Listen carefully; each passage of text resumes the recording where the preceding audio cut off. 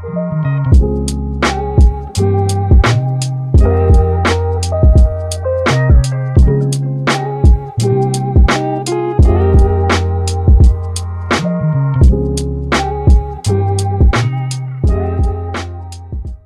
part of the motor teardown, so we can get this thing on the stand, is we got to take out all of the clutch disc bolts. I already took some of them out.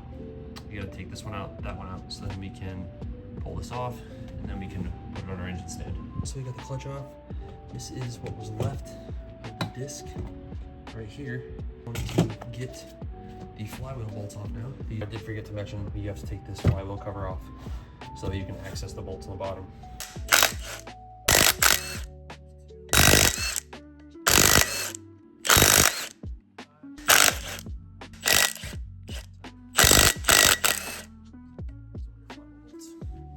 Just like that, flywheel's out, we'll get it put on the stand. First thing we're going to start with is I'm going to take this oil filler cap off. These are going to be a 10 mil bolt, guys. I'm going to loosen that one up.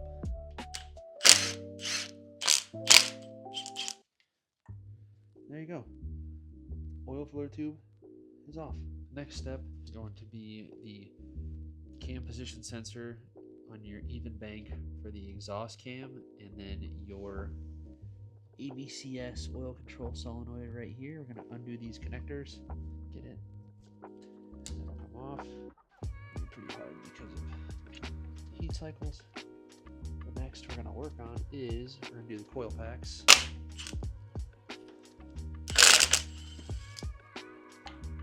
Pull those out. There's your coil packs. I will say, guys, do not use sockets that have those little rubber grommets on the inside of here. First time I had to change my spark plugs, it took me 5 or 6 hours because I kept having the spark plug socket come off of the extension. Save you the headache now. So that's fun. Another thing I like to do if you're taking out spark plugs is I make a little cardboard cutout like this, and then I'll take each plug where I have that X, and then I'll seat them all so that I can see every single one. Then you have a nice little idea of what your spark plugs look like. Next steps are going to be this intake ABCS oil control solenoid. We're slide that off. That's off. Our intake cam position sensor is tucked right back here. It's going to be right behind these two PCV hoses. I don't have it. All right, there we go. That one's out. That's going to be pretty much everything on the even side. I plan on taking the intake manifold off the motor entirely with all this stuff connected to it, so I don't have to figure out where it goes. It saves a lot of time. I've seen other people do it, so that's the route that I'm probably going to go. I am going to have to disconnect this sensor. This will have to be disconnected so that I can pull the intake manifold off. Everything that I just did, I'm going to do on this side, and I can pull that off. Exhaust cam solenoid. Got it. Just like that. Those are both off. Zap these. That also doubles as a bracket for your O2 sensor. The bracket here, like this. Sorry, not over the top. It just slides like this, right where that bolt is. That will be something that I'll take care of.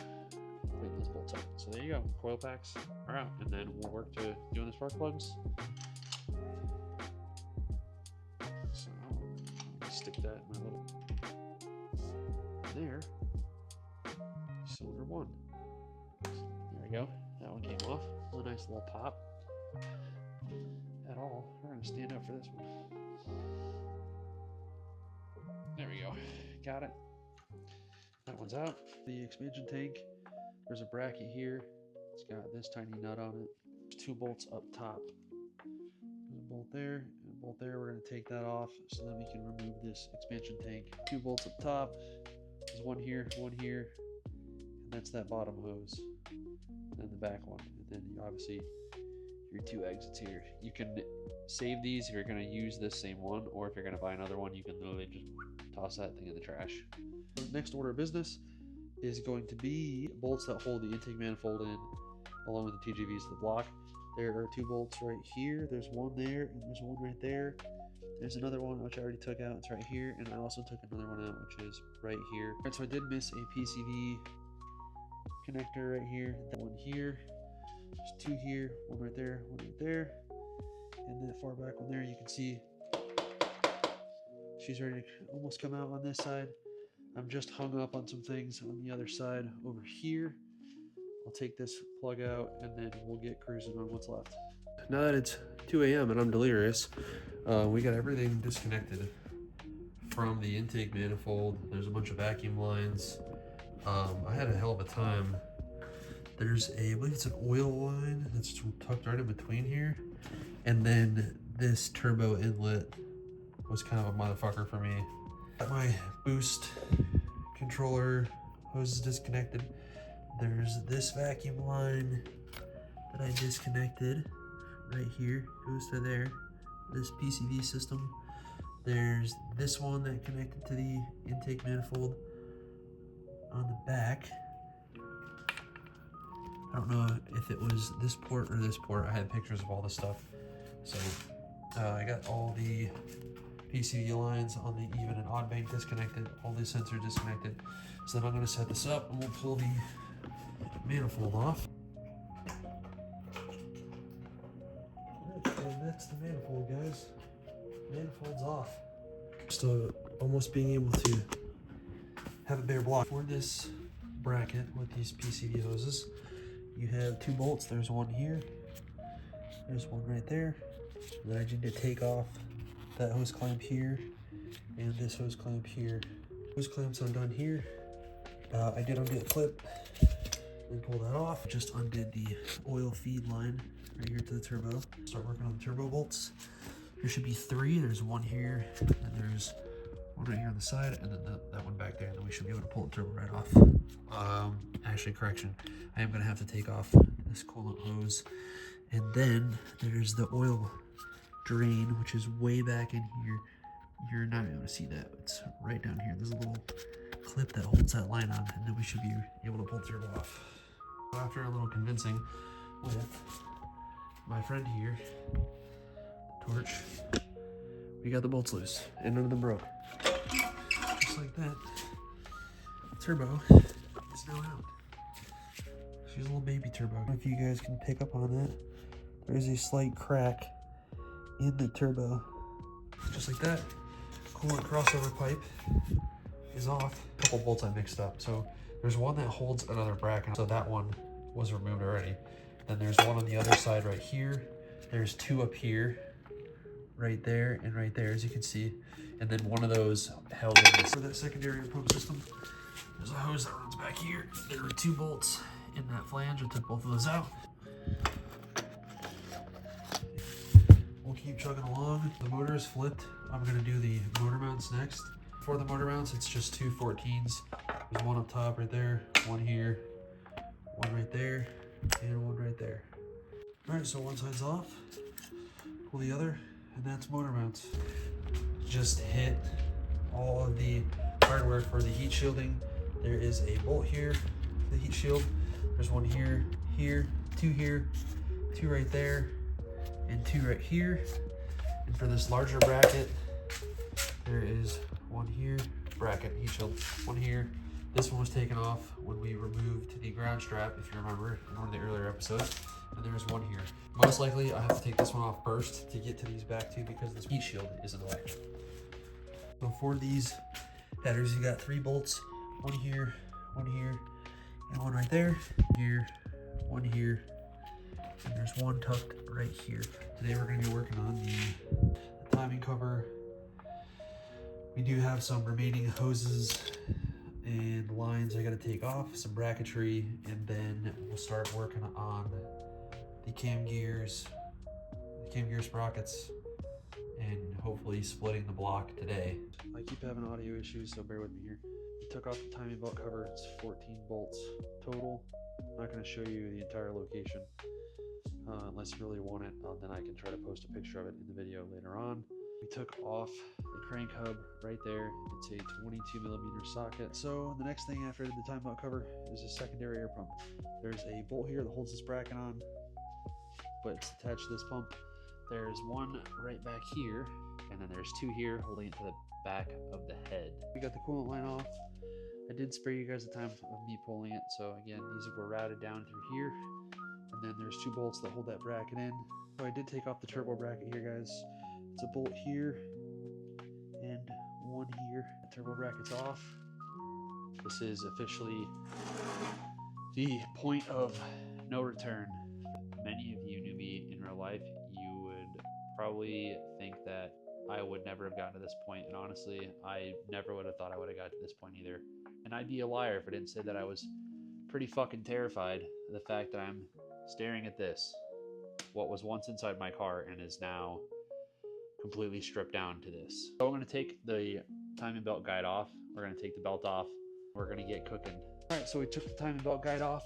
It's 2 10mm bolts right here. Now we are going to take this pulley off to relieve tension off the belt. Now we're going to pull the belt off the motor. Belt is off, pulley's off, and we can start working on these cam gears. I am going to remove the tensioner pulley. Some of these other small pulleys, these are all going to be junk. They're going to get replaced with new ones. I already did the exhaust cam gear cover. It's 4 bolts. Just pull the bolts off, remove the cover, had a little bit of oil, so the bucket's there. Same thing for the top. Once I'm done on this side, which is your odd bank, I will move over to the even bank. Pulleys are all gone. We'll just keep working. So we got all the covers off. You can use an 8mm socket to get those screws out. You don't have to use a flathead or a Phillips head. So we got 2 of them. These are seriously no joke. We're gonna be taking the cam covers off, removing the cams, so then we can take out the case bolts that are tucked in here. So one thing I had to do is I left the bolt in here, so when I pulled on that, I didn't send this thing flying. You want to be careful. So then you can go ahead and lift this off. So there it is, off to the side.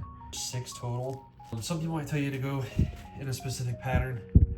I went from corner to corner, center to center, and then corner to corner, just to make sure that your clamping force is broken evenly.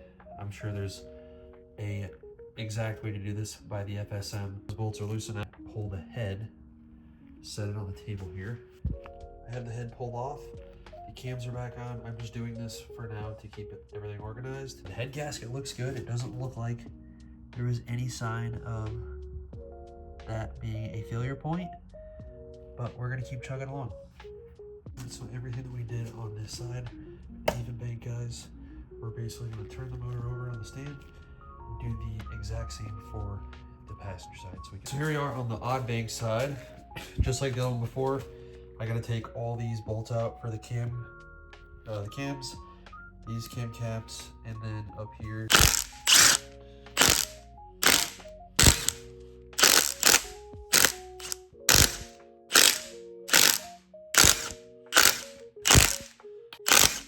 when you are doing this, try not to get a bunch of contamination all over in here for your tear down. Just some food for thought. I guess it doesn't matter, it's gonna get sent somewhere and cleaned anyway, but I'll go ahead and I'll get all these removed, and then we'll get to pulling this cover off and then setting the cams on the table. Bolts are out, pull it off, right here, pull that boy out of there. Wait a second, I think I labeled that wrong. I have these mixed up. I had intake written up here, exhaust written down here. I'm gonna flip those real quick just so I don't get confused. Okay, so cams are on the table. As you can see, you have your shims, buckets, whatever you want to call them. I'm gonna clean this up really quick with some rags, and then I will loosen the head bolts. We'll pull those out, and then we will pull the head.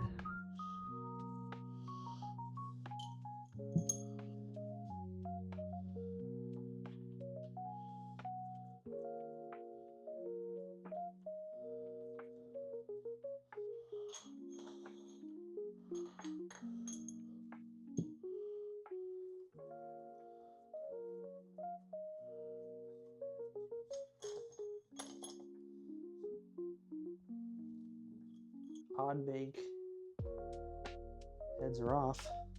Back on the head, so that way I don't lose anything. Up to another time the other way. Whoops. Exhaust cam. See what happens when you get ahead of yourself? These are labeled with an arrow, guys. So as you can see right there, they only go one way. So you have to make sure when you do put these back, you're taking your motor apart, you don't put them the wrong way. Also, the cams themselves are labeled. So if I turn this, you can see that this has an IN for intake. I don't know if you can see that right there. And the other one says exhaust, EX. Let me see if I can do that a little bit better for you guys so you can see. EX. Right there. See? All of the oil pan bolts are out. You do want to be very careful to not mar the mating surface of your oil pan. So just be careful, don't go crazy, don't chip it, and it'll be fine. Oil pan is off. What's interesting is it doesn't look like the pickup is cracked at all, which is a pretty common thing. Bolts are this trace, one here, that one's loose, one here, that one's loose, one down here, one right there, and one right here. Alright, we're going to take off the water pump. 3, 4. Will be here. I can't do it by hand. Alright, there we go. Like this. Boom. Here's your water pump. So now let's get to taking this bottom hose off and we'll move along. Alright, so we just undid this little hose clamp here. And hit this 110 mil is off. We're home free there. I got the crank sprocket off. You do want to be careful if you are going to use a pry bar. Be very, very gentle. We'll get working on the oil pump now, which is this bolt here, here, here, here, here, here. I believe that's it.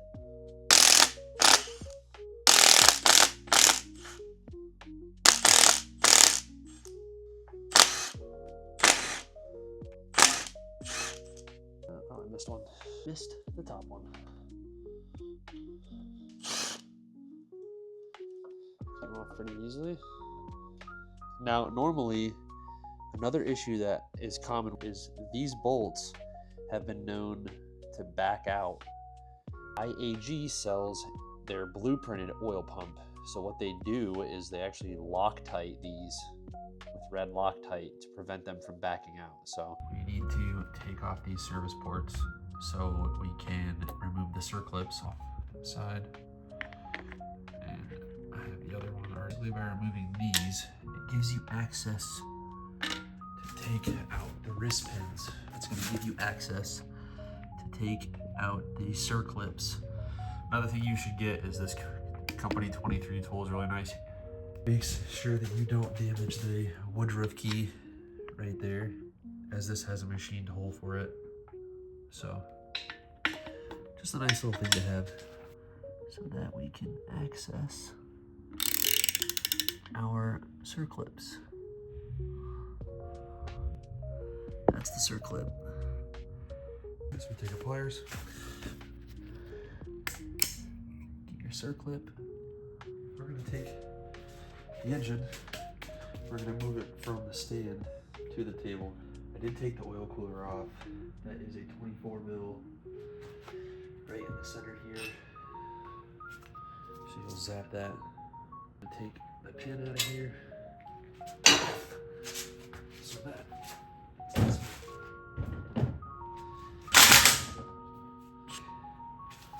here.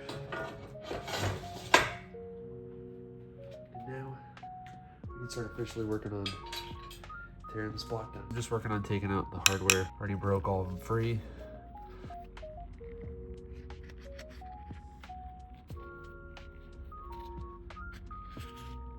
This cover can be pretty stubborn, so just be careful if you have to pry this open. Not too hard, marring anything up. And just like that, cover is off. That service port right here gives you access to your wrist pin for the pistons 3. So we got our fancy tool here that I already used to crack this service port right here. Use the bit, smack the end with a hammer, helps apply the breakaway torque to crack those, because these are a JIS bit, not a Phillips head, so you have to be careful so you don't strip them. As you can see, I started to strip this one. That cover off. Now we have the cover removed. You can see the circlip right in there. So we're just gonna take that out with a pair of pliers. I'm not trying to cause the camera to fall over, but that's the circlip. So first wrist pin is out. So what you gotta do is, I got this super long, it's like 22-inch flathead from Harbor Freight. You're gonna use that to go through this service port behind cylinder 4's piston and run that through so you can push the wrist pin out. Now we can pull piston number 2. I'm gonna get piston 4 ready and lined up, and then we're gonna knock that one out, and then I will pull pistons 2 and 4.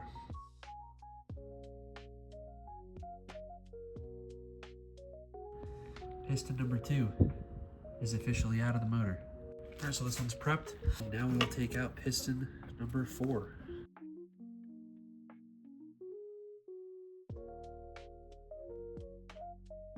All 4 pistons are out. There's 2, 4, and 1 and 3. All we have left are these case bolts. I believe I loosened them up on the even bank. The odd bank ones are already cracked. So we'll get to checking these ones, and once they're done, I'll pull them all, and then we can split the case and check the bearings out.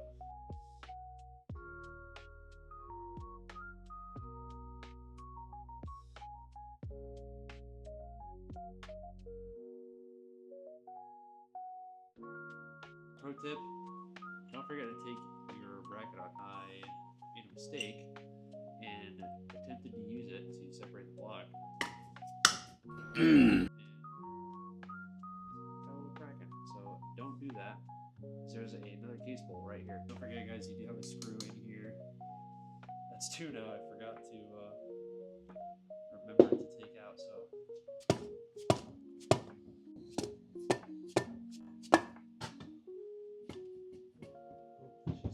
I'm trying to make sure that these bearings don't just tumble off. in the case officially built. Block is split, and this is all that's left, guys. Your crankshaft, your rods,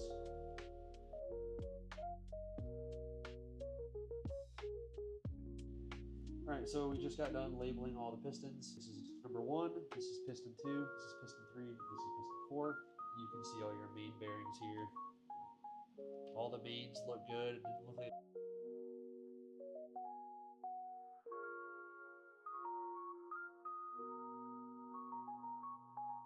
I took the crank out and got the pistons off the crank.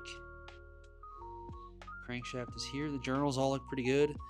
The rods are here. The bearing wear looks pretty even, but in another video we'll kind of get to that. That's going to be a wrap. So we're going to clean up the shop, all the tools, and we'll get back to you in the next one.